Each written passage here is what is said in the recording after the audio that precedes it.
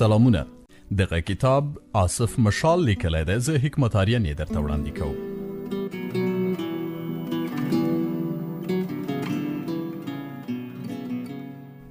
ور په زور ټیله شو. کړپ شاته له دیوال سره ولګېد. نجلۍ راووته. ژړلې، ټیکری نه و. منډه یې کړه. له دهلیزه ووته. له شا سړی پسې و. سپینه رڼا یې مخ ته سیخه شوه. په وره کې ودرېده. سترګې وبرېښېدې. لاس یې رڼا ته ونیو. د دهلیز په منځ کې ښځه ولاړه وه. د غټې لاسي بتۍ ګرده رڼا یې پر سړي لوېدلې وه. د سړي سترګې رډې راوختې. رنګ یې والوت. ګونګ ودرېد. شېبه وروسته یې چغه کړه. ته دلته څه کوې؟ ولې ارځای زما تر شا ولاړی لکه سپی؟ ورځه خپلې خونې ته دي. ښځه بې حرکته ولاړه وه. بتۍ یې د سړي له مخه نه لرې کوله. سړی له وره راووت.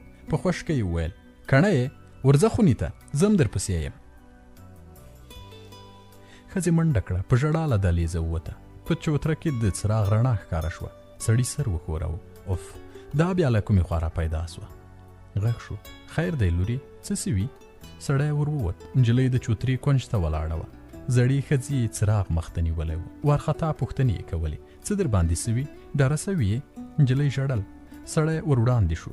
په بنده ژبه یې وویل: ادې، زه خونې ته ورغلم. نصیحت مې ورته کاوه، خو نه څه خوري نه څه چښي. زړې ښځې حیران ورته وکتل. په دې نیمه شپه؟ د نجلۍ ژړا په زوره شوه. سړي خبره وژوله. خوا مې ورته بده سوه. زړه مې طاقت ونه که. ښځې مخ ور واړوه. نجلۍ یې تر لاس ونیوله. راځه لورې، خو ستا په ګټه یایي. نجلۍ لاس ورکش کړ. په دیوال پورې ځان ونښلاوه. ښځې په زارۍ وویل: راځه لورې، توره شپه ده. سړي وویل: ادې، ته یې خونې ته بوځه، زه ځم. روان شو. په چوتره کې یې څو قدمه واخیستل. په یوه وره ننوت. غوږ یې ونیو. د نجلۍ ژړا او د ښځې غږ دب شول. سهار دروازه وټکېده. سپي وغپل. په چوتره کې د ښځې غږ شو: میراجانه، و میراجانه، دروازه ټکېږي. د کوټې له وره سړی راووت. پکول یې په سر سم کړ. زړه ښځه په چوتره کې له جارو سره ولاړه وه. پزه یې په پلو کې پټه وه. باڼوګانو یې نری ګرد نیولی و. ویې ویل: ورسه، څوک دې په دې شنه خړه؟ سړی دروازې ته ور روان شو. ټمبۍ له دروازې لرې کړه. بهر ووت.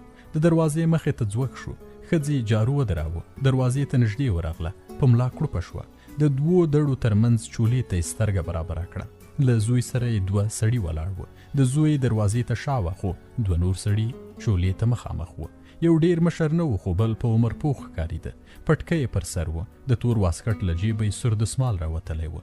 په عمر پاخه سړي خبرې کولې. اوږده ږیره یې خوځېده. جنکۍ مو په ګډه سره پیدا کړه، خو تا خاشه پرې اچولې. 3 شپې تېرې سوې. ځان دې داسې ناګمانه نیولی لکه هېڅ کیسه چې نه وي. میراجان وویل: وسړه، ته بیا څه وکې؟ موټر زما و او جنکۍ راخیستې هم ما ده. تاسې دوکانداران خلک واست. په موټر کې مې مال در سره راوړ. په لارې مې کته کړاست. ورځئ، خپله دوکانداري مو کوئ. سړي وخندل. لږې سړه خوره. دومره اسانه دې فرض کړي که ګټه ده که تاوان سره پېګړي. میراجان لاس تر سر تاو کړ. ورځئ ورځئ، جنکۍ له ما سره 3 شپې کړي. سړي لاس پر ږیره تېر کړ. ښه، نو ځان ته دې کېنوله؟ موږ خو ویل چې بل ځای به یې خوندي کړو.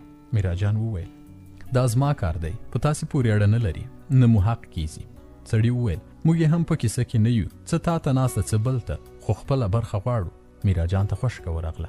تاسې څوک یاست چې د پردۍ جنکۍ په سر برخه غواړئ؟ مازغه دې کار کوي؟ سړي بل ځوان ته وکتل. ورته وګوره، داسې ښه چورتې والی. ځوان خبره وکړه: هو، ځان ته یې لکه د ګوتمې غمی داسې جنکۍ کېنوله او موږ ته یایي چې خپله لار مو وایي. بیخي اشتیا صافه ده. میراجان سر وښوراوه. اوف، تاسې په خبره پوهېږئ که یا؟ جنکۍ زما ده، خدای که یې د چا پلار رانه بوځي. ځوان ته خوشکه ورغله. قرآن که دې رانه وخوړه، ته بیا تر چا ښه ځوان یې؟ د میراجان غږ لوړ شو. دا اوس یې په مور و پلار پسې ځم او لاس ورسره پورته کوم. بس خلاص، تاسې به یې په رڼو سترګو راته ګورئ. ځوان په رډو سترګو ورته کتل. سړي په ږیره لاس تېر کړ. په ارام غږ یې وویل: خدای که دې رانه روزي کړه، که دې دغسې اسانه رانه یووړه، دا ایره یعنې ږیره به بیا په سپي ولاړه وي. میراجان لاس تر سر تاو کړ. ځئ، لاس مو خلاص. سړي ځوان ته وکتل. سر یې وښوراوه. ځه چې ځو. په سړیتوب خو یې ونه منله. اوس یې ګوره. میراجان تیز په دروازه ننوت. دروازه یې بیرته په زور راپورې کړه. دربې شو. ښځه ولاړه وه. د میراجان خوله وازه پاته شوه. وچ ودرېد. حیران یې ورته کتل. ادې، ته دلته ولې ولاړه یې؟ د ښځې رنګ ژېړ اوښتی و. میراجانه، هغو سړو ته دې څه ویل؟ رښتیا؟ د میراجان ناړه بنده شوه. هسې مې دوی غلطول، سرټمبه خلک وو. ښځې وچې سترګې ورته نیولې وې. میراجان روان شو، د چترې پر ژۍ کېناست. ښځه دهلیز ته ننوته، لږ وروسته بیرته راغله. د میراجان سر ښکته ځړېده، په چورت کې ناست و. ښځې وویل جنکۍ له کوره وباسه. میراجان سر پورته کړ، حیران یې ورته وکتل. چیرته یې بوځم؟ ښځې مخ بلې خواته اړولی و چې هر څنګه یې کوې خو له کوره یې لرې که. بېګا هم وته، ما په زور را وګرځوله. ادې اوس نه کیږي، په غاړه کې مو رالوېدلي. ښځې سیخ ورته وکتل. خپلوان یې پیدا که، پوښتنه یې وکړه، نوره یوه شپه هم په کور کې نه پرېږدم.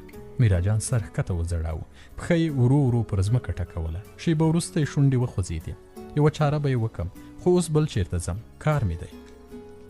سړي موټر سایکل ودراوه، پښه یې ولګوله. پاس د توت په ونه کې د هلکانو چیغې کرارې شوې. ټولو لاندې کتل. سړي سترګې پورته کړې، ویې ویل د وزیر کور کوم یو دی؟ هلک لاس تر شنو پاڼو راویست، یوې خړې دروازې ته اشاره وکړه. هغه دی. سړي د موټر سایکل غوږ تاو کړ، دروازې ته ودرېد. د موټر سایکل غورا ګل شوه. سړي له موټر سایکله پښه واړوله، مخ یې سپېره و، په کول یې له سره لرې کړ. د بل لاس په ورغوي یې کلک وواهه.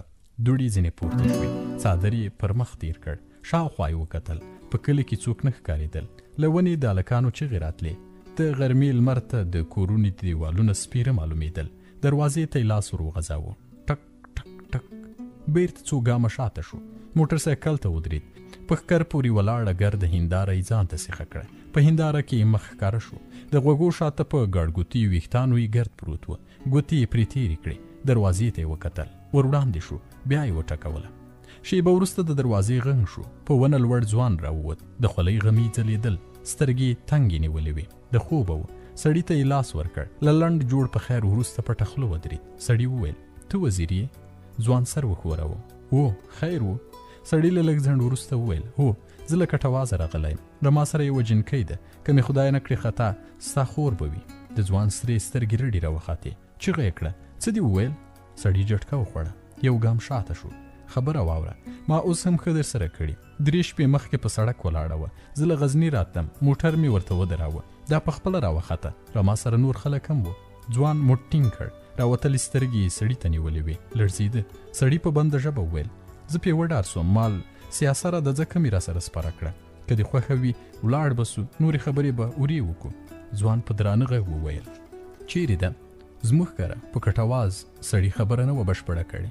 له دروازې ښځه په منډه راووته، مخ یې په تور ټیکري کې پټ کړی و.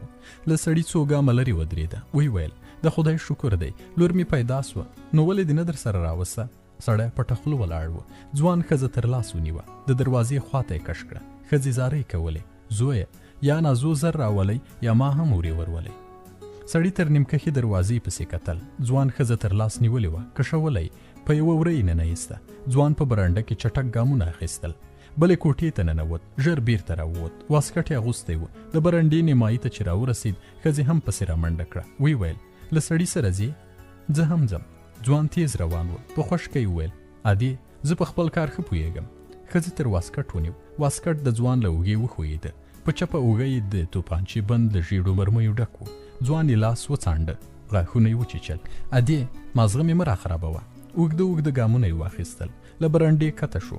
موټر سایکل یې چالان کړ، تر دروازې ووت. ښځه د دروازې مخې ته ولاړه وه. موټر سایکل ته ورمخکې شوه. ټیکره یې له سره وښویېده، مخ یې ښکاره شو. ویې ویل خدای که پاته سم، یا به دلته موټر سایکل را باندې تېروي یا به مې در سره بیایې. ځوان چیغه کړه ادې د خدای په لیاز پرېمږده. ښځې ژړل د خدای تر نامه جار سم، خو زړه مې طاقت نه کوي. ځوان سور واوښت. سړي ته یې وکتل، هغه پټه خوله ولاړ و. بیا یې مور ته مخ ور واړاوه. نو ګور دې د بیاز یعنې یوازې ده، کور چاته پرېږدې؟ ښځې وویل د صبر انا ته به غږ ور وکړي، هغه ورته راځي. کټواز ته ځو، د اسمان سر دی، کله په موټر سایکل ځان ته کې کولی سي. لوڅې پښې هم در سره ځم. ځوان سر وښوراوه. سپره سه. ښځه د ځوان تر شا کېناسته. د ځوان اوږې ټینګې ونیولې. ځوان سړي ته مخ ور واړاوه. په پاخه سړک نه ځو، د کلو په منځ کې درځه.